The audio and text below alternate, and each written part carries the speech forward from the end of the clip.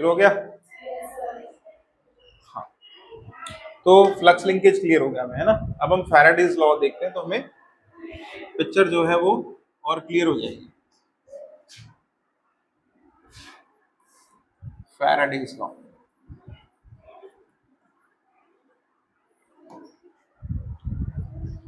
तो फैराडे ने क्या करा, कुछ एक्सपेरिमेंट करे और उन एक्सपेरिमेंट्स के रिजल्ट्स की मदद से पता चला कि कैसे वोल्टेज प्रोड्यूस की जा सकती है, यानी ईएमएफ प्रोड्यूस की जा सकती है। ठीक है, तो उसके लिए उसने सिंपल क्या करा, एक कॉइल और यहाँ पे सपोज करो एक लगा दिया गैल्वेनोमीटर। ठीक है, अगर हमने कॉइल ली C1, ये कॉइल हो गई C1, है ना। सॉलिनॉइड समझ लो, कॉइल समझ लो, मेटल का वायर समझ लो, है ना, स्प्रिंग की तरह। हमने इसको कनेक्ट कर दिया ऐसे गैल्वेनोमीटर से, तो इसमें करंट फ्लो करेगा। कैसे फ्लो करेगा? गैल्वेनोमीटर करंट फ्लो थोड़ी कराता है। स्टॉप क्या हो जाएगा, होएगा ही कहाँ से, पहले तो स्टॉप होने के लिए ये तो मेजर करता है ना, होगा तो मेजर करेगा ना, खुद थोड़ी ना दौड़ा देगा उसमें करंट। बात समझ में आ रही है? तो अभी इसमें कुछ करंट होगा क्या? अब इसमें कुछ करंट वगैरह नहीं है। ठीक है, यहाँ पे हमने कोई बैटरी नहीं लगाई, कोई सेल नहीं लगाया, कोई सोर्स नहीं लगाया, तो इसमें करंट फ्लो करना चाहिए आपके हिसाब से? करंट फ्लो करना चाहिए? नहीं करना चाहिए ना। सिंपल सी बात है ना, जो हम जानते हैं बेसिक उसके हिसाब से। अच्छा, यहाँ पे रखी एक मैग्नेट। ठीक है, यहाँ पे मैग्नेट रखी, मैग्नेट रखी, अभी भी कुछ नहीं हुआ। ठीक है, लेकिन हुआ क्या, जैसे ही इस मैग्नेट को आपने इधर मूव करा, रखी है तो कोई दिक्कत नहीं है, कुछ नहीं मिलेगा आपको देखने। जैसे ही आपने इस मैग्नेट को इधर मूव करा, आप देखोगे इसमें रिफ्लेक्शन आ जाएगा। और डिफ्लेक्शन कब आएगा गैल्वेनोमीटर में? जब उसमें करंट फ्लो होगा। ठीक है ना, मैग्नेट को पीछे खींचा, फिर डिफ्लेक्शन आ गया। मैग्नेट को अगर पीछे खींचा, दूसरी बार में मैग्नेट को पीछे खींचा तो फिर से डिफ्लेक्शन आ गया। बस डिफरेंस क्या है, डिफ्लेक्शन की डायरेक्शन चेंज हो जाएगी। मान लीजिए पहली बार में राइट डायरेक्शन में डिफ्लेक्शन आया, तो दूसरी बार में लेफ्ट में आएगा डिफ्लेक्शन। ठीक है, ये डिफरेंस है। ठीक है, तो क्या इस एक्सपेरिमेंट की मदद से हम बता सकते हैं कि कहां से आया करंट? हाँ बताओ, पढ़ लिया तुमने स्कूल में, है ना। कैसे बताओ?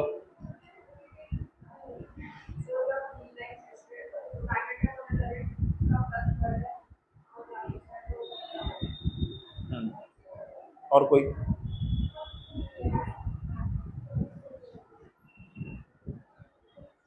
चलो, ये भी बड़ी बात है, स्कूल में समझ में आ गया। ठीक है, और कोई ट्राई करना चाहेगा? मैग्नेट की वजह से। चलो, उसने दूसरा सेटअप लिया, उसमें फिर से पहले वाली कॉइल जो है वो सेम रखी, उसमें कोई चेंज नहीं है कनेक्शन में। अब यहाँ पे क्या करा, एक कॉइल ले ली और यहाँ पे एक सोर्स ले लिया, प्लस माइनस, तो इसमें करंट फ्लो कर रहा होगा ऑब्वियसली। सेम एक्टिविटी यहाँ पे भी हुई है, इसको रखे रखा है, कोई डिफ्लेक्शन नहीं है, इसको मूव करा है तो फिर से आपको डिफ्लेक्शन देखने को मिलेगा। और वो हम समझ भी सकते हैं, सिंपल सी बात है। ये जो है, ये भले से बार मैग्नेट नहीं है, लेकिन इससे करंट पास करेगा तो ये मैग्नेट की तरह बिहेव करेगी, है ना। हम एज्यूम भी कर सकते हैं, हो सकता है यहाँ पे नॉर्थ और यहाँ पे साउथ पोल जनरेट हो जाए, तो ये बिल्कुल उसी की तरह तो बिहेव करेगी। तो एक्चुअली फिजिकल मैग्नेट यानी बार मैग्नेट की रिक्वायरमेंट नहीं है, किसी भी तरह का मैग्नेट है, मतलब किसी भी तरह का मैग्नेट है क्यों ना। तो इससे हम ये कंक्लूजन निकाल सकते हैं क्या, कि मोशन होगा तो करंट मिलेगा, इलेक्ट्रिकल एनर्जी मिलेगी, या कुछ और भी हो सकता है? और कोई पॉसिबिलिटी भी है क्या? सिर्फ रखे रहने पे नहीं हो रहा है ना, मूव करने पे हो रहा है। मूव करने पे आपको इलेक्ट्रिकल एनर्जी मिल रही है, तो मोशन रीजन हो सकता है। इस चीज का, मैग्नेट का मोशन इस चीज का रीजन हो सकता है कि यहाँ पे एनर्जी जो है वो आपको मिल रही है, इलेक्ट्रिकल एनर्जी मिल रही है, ठीक है। ऑब्वियसली जो आप एनर्जी यूज करेंगे मोशन में, इसका मतलब हो सकता है वो कन्वर्ट हो रही है, ठीक है। चलो, फिर उसने क्या करा, तीसरा एक्सपेरिमेंट कंफर्म करने के लिए, है ना, ये कंफर्म करने के लिए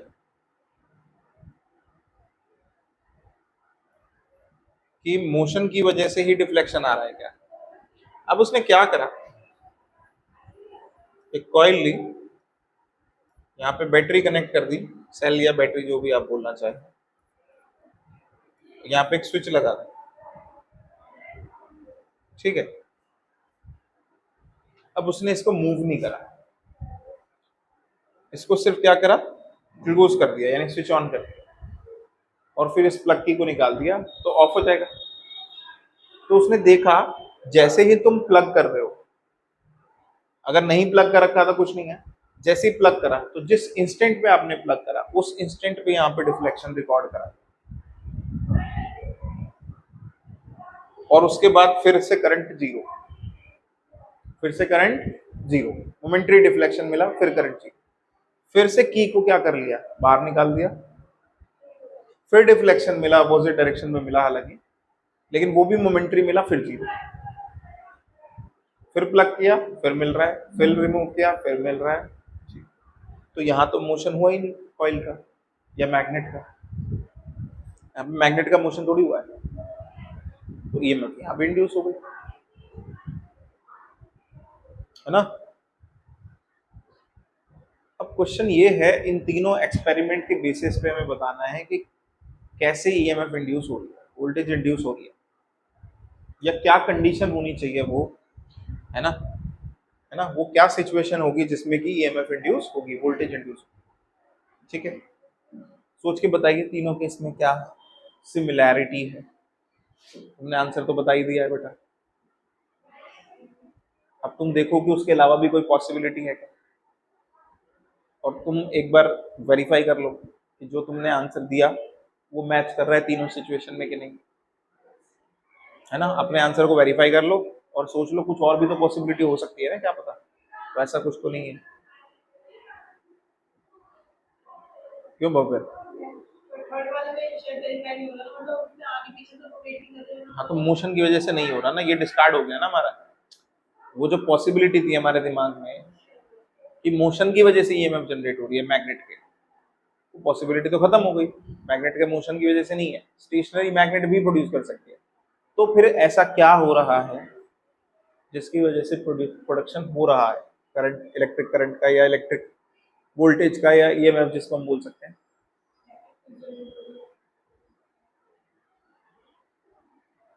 कैसे, कहाँ,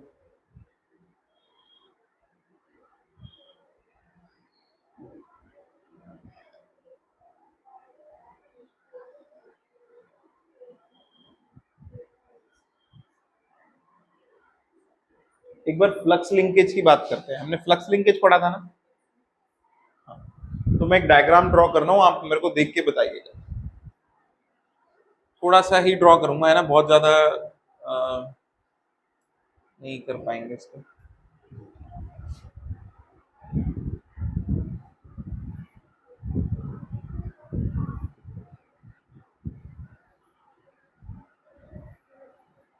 ये हो गई 4 फीड लाइंस, है ना, ये टच नहीं करेंगे ऑब्वियसली, हमें पता है ना टच नहीं करती है, लेकिन अपने पास डायग्राम है, और ऐसे और भी बहुत सारी फील्ड लाइंस यहाँ पे मिली। आप ये नोटिस करिए कि अगर आप इसको पास लेकर के जाएंगे तो फील्ड लाइंस अभी 4 इससे पास कर रही हैं, यानी फ्लक्स लिंकेज अभी जो है 4 की वजह से है ना। हम एग्जाम्पल ले रहे हैं, एक्चुअल में 4 नहीं होंगी, काफी सारी होंगी। मैं इसको नजदीक लेकर के जाऊंगा तो इससे जो पास करने वाली फील्ड लाइंस है वो बढ़ जाएंगी, यानी फ्लक्स लिंकेज बढ़ जाएगा, ठीक है। अभी हम सिंपल देख रहे हैं हो फ्लक्स लिंकेज पे क्या इफेक्ट पड़ रहा है, तो जब हम इसको पास लेकर के जा रहे हैं फ्लक्स लिंकेज बढ़ जा रहा है, और जब हम इसको दूर लेकर के जा रहे हैं तो ये 4 में से भी कम हो जाएंगी, है ना। मैंने तो शो कर दी यहाँ 4 है, ये एक्चुअल में तो ये भी कुछ मुड़ जाएंगी और जब पीछे करोगे आप तो वो 4 भी नहीं पास है। तो जब आप इसको नजदीक लाएंगे तो फ्लक्स लिंकेज बढ़ेगा, जब आप दूर लेके जाएंगे तो फ्लक्स लिंकेज घटेगा कॉइल से। ठीक है, अब जब आप इधर लेके जा रहे हो फ्लक्स लिंकेज बढ़ रहा है, एक डायरेक्शन में डिफ्लेक्शन है, और घटने पर दूसरी डायरेक्शन में डिफ्लेक्शन है, मतलब बढ़ने की वजह से और घटने की वजह से हो सकता है कुछ चीज। ठीक है, सेम चीज इस केस में भी हो सकती है ना।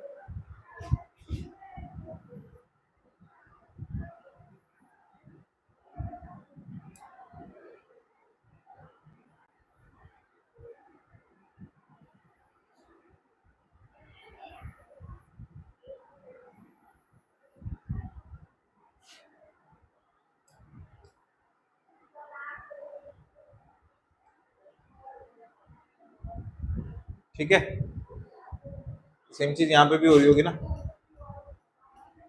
तो अगेन ये दोनों केस में हम इस चीज को समझ सकते हैं। अच्छा इधर देखो जरा, जैसे तुम प्लग, जैसे की पहले नहीं है अगर, तो फ्लक्स लिंकेज क्या हो जाएगा, 0। जैसे ही तुम की इंसर्ट करोगे फ्लक्स पास करने लगेगा। लेकिन तुमने जैसे, है ना, फिर फ्लक्स सेम रहेगा, फिर जितना भी फ्लक्स इससे पास कर रहा है बदलेगा नहीं वो। लेकिन जैसे ही तुम की को रिमूव करोगे वो वक्त फ्लक्स वापस से कम हो जाएगा, 0 हो जाएगा, तो फिर फ्लक्स चेंज हो जाएगा, तो डिफ्लेक्शन आ गया। ठीक है, तो इन तीनों की मदद से कंक्लूजन या इन्फेरेंस जो हमने ड्रॉ किया या फैराडे ने ड्रॉ किया, उसने ये बोला जब भी किसी कॉइल से लिंक्ड फ्लक्स में चेंज आए, फ्लक्स में चेंज आए, मोशन नहीं, जब भी किसी कॉइल या इलेक्ट्रिक सर्किट से लिंक्ड फ्लक्स में चेंज आएगा तब ईएमएफ इंड्यूस होगी। अब मैं थोड़ा सा और इसमें इसको इन डेप्थ समझा, तब क्या होगा, ईएमएफ इंड्यूस होगी, है ना, क्योंकि करंट बिना वोल्टेज के तो फ्लो कर नहीं सकता, ये तो हमने पढ़ रखा है ना। पोटेंशियल डिफरेंस के बिना करंट फ्लो नहीं कर सकता। अगर 2 पॉइंट का पोटेंशियल सेम है तो करंट फ्लो कर सकता है क्या, नहीं है। Then there must be a potential difference, then only a current can flow in the circuit. ठीक है ना, इसमें करंट तभी फ्लो कर सकता है, राइट। चलो, तो सिंपली ये बोला गया कि जैसे आप इसको नजदीक ला रहे हैं तो हो सकता है ये प्लस ये माइनस जा रहा है, मान लो करंट ऐसे फ्लो कर रहा हो। जब दूर लेके जा रहे हो तो यहाँ पे प्लस और यहाँ पे माइनस। ये जो कॉइल है, ये जो कॉइल है, आप इसको ऐसे इमेजिन करिए कि एक सोर्स है, एक बैटरी है ना। ये क्या कैसकी तरह बिहेव कर रही है, एक सोर्स या फिर बैटरी की तरह बिहेव कर रही है, या बैटरी मान लो, सेल मान लो, या कोई वेरिएबल सोर्स भी हो सकता है। अभी तो फिलहाल समझने के लिए इलेक्ट्रिक सोर्स बोल सकते हैं हम वोल्टेज का, है ना। तो जब हमने इसको इधर लेके आए तो यहाँ पे एक ईएमएफ जनरेट हुई, एक ईएमएफ जनरेट हुई जिसकी पोलैरिटी ये थी, जैसे दूर लेके गए पोलैरिटी चेंज हो गई, जिसकी वजह से करंट की डायरेक्शन चेंज, तो ईएमएफ इंड्यूस हुई। ठीक है, क्लियर है ये। तो इस कॉइल से फ्लक्स लिंकेज चेंज होगा तो इसमें क्या हो गया, ईएमएफ इंड्यूस हो गया। अब जैसे ईएमएफ इंड्यूस हो गया तो इसकी वजह से करंट फ्लो करने लगा, जो गैल्वेनोमीटर ने डिटेक्ट कर लिया, उसको हमने क्या बोला, इंड्यूस्ड करंट। तो यहाँ पे जो करंट फ्लो कर रहा है या इस डायरेक्शन से फ्लो कर रहा है तो ऐसे, तो यहाँ पे जो करंट फ्लो कर रहा है उसको हम क्या बोल रहे हैं, इंड्यूस्ड करंट। सेम नीचे भी बोलेंगे इंड्यूस करंट, इंड्यूस हुआ है, डेवलप हुआ है, और पहले क्या जनरेट हुआ, वोल्टेज, तो इसको हम बोलते हैं इंड्यूस्ड ईएमएफ। ये क्या है, इंड्यूस्ड ईएमएफ, वोल्टेज या इलेक्ट्रोमोटिव फोर्स, इलेक्ट्रोमोटिव। तो ये जनरेट हुई वोल्टेज पहले, जिसकी वजह से करंट जो है वो फ्लो कर, ठीक है, क्लियर है ये। और ये फैराडे का फर्स्ट लॉ, ठीक है, बोल दे रहा हूं मैं, लिख नहीं रहा हूं। Whenever there is a change of magnetic flux, magnetic flux, electric flux नहीं। अब तुम एक डाइपोल लेकर के घुमाते रहोगे, उसको घुमाते रहो, कुछ नहीं होने वाला। Whenever there is a change in magnetic flux linked through a conducting coil, yeah, through a part of a circuit, then there will be induced EMF across the coil. मैंने आपको बोला था कि ऐसे वायर मैंने छोड़ दिया तो इसमें ईएमएफ इंड्यूस हो जाएगी। क्यों? क्योंकि जब ये इसको कट करेगा, चलो वो हम देख लेंगे, इमोशनल ईएमएफ हम उसको बोलते हैं, वो आगे देख लेंगे, है ना। क्योंकि सिंगल वायर है, लिंक फ्लक्स तो जीरो हो जाएगा, तो आगे देखते हैं। यहाँ देखो, इसमें कोई डाउट है? तो ईएमएफ इंड्यूस होगी, इंड्यूस ईएमएफ, सॉरी, है ना, मैंने लिख दिया, एक मिनट। ईएमएफ इंड्यूस होगी, इंड्यूस करंट मिलेगा क्या? ऐसा कोई जरूरी नहीं है, ऐसा कोई जरूरी नहीं है। आप इस बात को अब समझिएगा, ठीक है। ये स्टेटमेंट अगर आप दोगे तो मैं लिखवा दूंगा बाद में, अभी बस सुन लो। अगर कोई कॉइल है, इससे लिंक्ड फ्लक्स अगर चेंज हो रहा है तो इसमें ईएमएफ इंड्यूस हो जाएगी, ठीक है, इसमें ईएमएफ इंड्यूस हो जाएगा। करंट इंड्यूस होगा, कोई जरूरी नहीं है। अब तुम कहोगे यहाँ तो हो गया, हाँ यहाँ हो गया, लेकिन क्या हर केस में होगा? जरूरी नहीं। मैं एक एग्जांपल आपको बता देता हूँ। जैसे आपने क्या करा, एक कॉइल ले ली, अब इसको आपने कनेक्ट नहीं किया हुआ है, गैल्वेनोमीटर नहीं लगाया, कुछ नहीं लगाया, आपने ये ली बार मैग्नेट, इसको इस तरफ ले जाने लगे, तो अब क्या होगा? वोल्टेज अभी भी इंड्यूस होगी बच्चों, वोल्टेज अभी भी इंड्यूस होगी, लेकिन करंट फ्लो कर सकता है क्या ओपन सर्किट में? तो ओपन सर्किट हो गया ना, बिना तार के करंट फ्लो कर जाएगा, क्लोज सर्किट चाहिए ना हमें, है ना। तो यहाँ पे इंड्यूस्ड करंट नहीं होगा, no induced current, only induced voltage.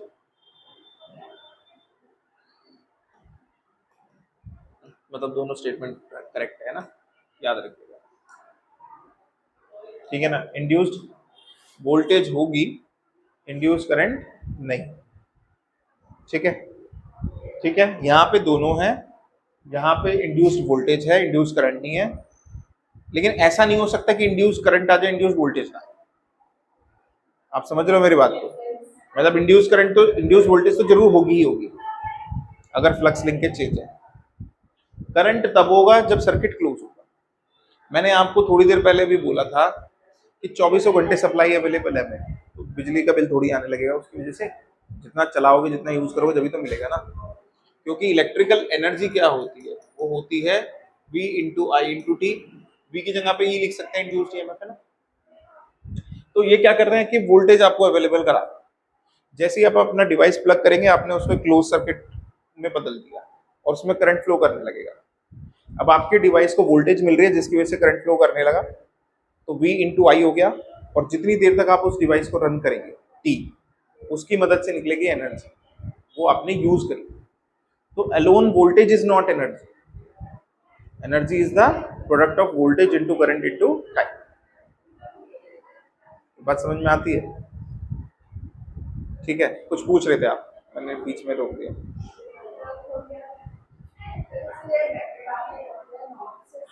हाँ, अगर इसको पलट देंगे तो भी डिफ्लेक्शन तो मिलेगा, लेकिन जब साउथ को इधर लाएंगे तो डिफ्लेक्शन पहले जो मिला था, नॉर्थ को इधर लाने से जो डिफ्लेक्शन मिला था, साउथ को जब इधर लाएंगे डिफ्लेक्शन ऑपोजिट मिलेगा। वो हम देखते हैं, डायरेक्शन अभी हम डिस्कस करेंगे।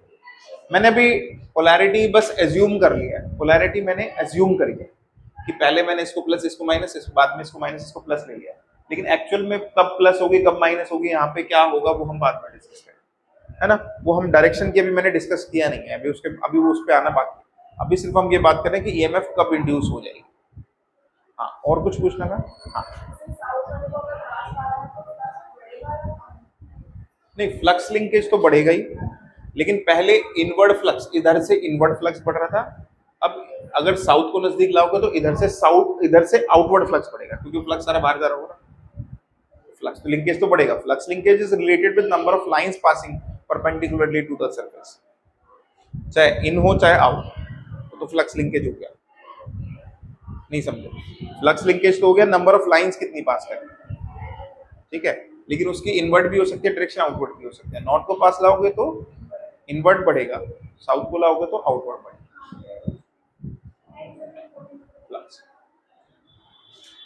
ठीक है। अब आप चाहो तो मैं उसका भी आंसर कर सकता हूं आपको, जो हमने शुरुआत में क्वेश्चन पूछा था आपकी, ताकि आप जिज्ञासा बढ़े, भूमिका बनाने के लिए, इंट्रोडक्शन के लिए। कैसे टरबाइन के रोटेट होने से इलेक्ट्रिसिटी प्रोड्यूस होती है। तो होता क्या है, जो टरबाइन होती है रोटेट होती है ना, वो शाफ्ट के थ्रू, या प्राइम मूवर बोलते हैं हम उसको टेक्निकल लैंग्वेज में, है ना। मोटर में शाफ्ट बोलते हैं जिस चीज को, उसको हम जनरेटर में प्राइम मूवर बोल देते हैं। वो प्राइम मूवर के थ्रू एक जनरेटर से कनेक्टेड होती है, बड़े बड़े जनरेटर्स होते हैं। वो जो जनरेटर्स होते हैं ना, उन जनरेटर्स में कॉइल लगी होती है। अब तो बिल्कुल सिंपल इमेजिन करो, है ना, स्ट्रक्चर वगैरह की हमें जरूरत नहीं है। मतलब टरबाइन घूम रही है और बीच में एक डंडा जैसा रहेगा ना प्राइम मूवर, उसमें बीच का पार्ट तो घूमता रहता है जैसे मोटर में होता है। मोटर ऑन की है ना घर पे, मोटर में क्या होता है, बाहर का पार्ट स्टेशनरी रहता है, अंदर वाला पार्ट रोटर होता है, घूमता रहता है। ऐसे ही सेम जनरेटर होता है, इसी टाइप का स्ट्रक्चर होता है। अंदर जो रोटर वाला पार्ट होता है वो घूमता रहता है, उस पर लगी होती है मैग्नेट्स। उस पर लगी हुई है क्या, मैग्नेट्स। और बाहर लगी हुई है बहुत सारी कॉइल्स। तो बेसिकली टरबाइन के रोटेट होने से इलेक्ट्रिसिटी क्यों प्रोड्यूस होती है, टरबाइन जब रोटेट होगा तो अंदर वो जो मैग्नेट लगी हुई है वो रोटेट होना शुरू हो जाएगी। तो कॉइल से, जो बाहर कॉइल्स लगी हुई हैं उनसे फ्लक्स जो होगा वो चेंज होना शुरू हो जाएगा। हाँ, जब मैग्नेट मूव करेगी तब तो वो चेंज होना शुरू हो जाएगा। तो बाहर जनरेट होगी वोल्टेज, और उस वोल्टेज को हम टैप करके बाहर वायर्स के थ्रू पहुंचाते हैं सबस्टेशन तक, है ना। है ना, जो भी हमारा ट्रांसमिशन सिस्टम है उसके थ्रू हम सबस्टेशन तक, फिर ट्रांसफार्मर होता है हमारी कॉलोनीज में वहां तक, फिर ट्रांसफार्मर्स के थ्रू हम, वायर्स के थ्रू हमें घर तक पहुंचाया जा रहा है। बहुत लंबा नेटवर्क है ये, है ना, बहुत लंबा नेटवर्क है। इस तरह से हमें इलेक्ट्रिसिटी वोल्टेज प्रोवाइड कर दी जाती है। अब तुम प्लग करोगे यूज कर लो, नहीं प्लग करोगे तो मत यूज करो। हाँ, वो बेसिकली प्राइम मूवर जो घूम रहा है ना, वो उस जो वो जो प्राइम मूवर है उसके थ्रू ही तो रोटेट करेगा उसको, अंदर वाला जो मैग्नेट वाला पार्ट उसके साथ घूमना पड़ेगा ना, जैसे मोटर में घूमता है अंदर वाला पार्ट, बिल्कुल इसी तरह से घूमता है। और वो इसी लॉ को फॉलो करता है, वोल्टेज जनरेट कर देता है। लेकिन वो सिर्फ वोल्टेज जनरेट कर रहा है। करंट कब मिलेगा, जब हम प्लग करेंगे, है ना। बिल्कुल आइडियल सिस्टम की अगर हम बात करें,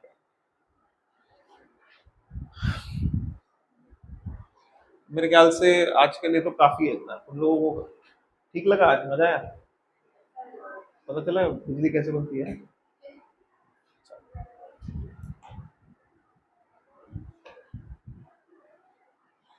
तो हो सकता है मैंने अपने चैनल पे, है ना, जब मैं कॉलेज में पढ़ाया करता था तो उस पे चैनल पे मैंने कुछ वीडियोस डाल रखे हैं इलेक्ट्रिकल मशीन्स। तो हो सकता है वहां पर आपको मिल जाए कोई एक आधा वीडियो जिसमें मैंने और ज्यादा डिटेल में डिस्क्राइब कर रखा हूँ। हालांकि आपके जरूरत का नहीं है, लेकिन इंटरेस्ट का हो तो वहाँ पे देख सकते हैं।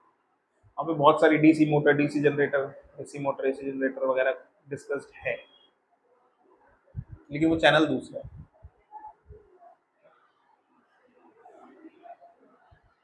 ठीक है, आज यहीं पे एंड करें।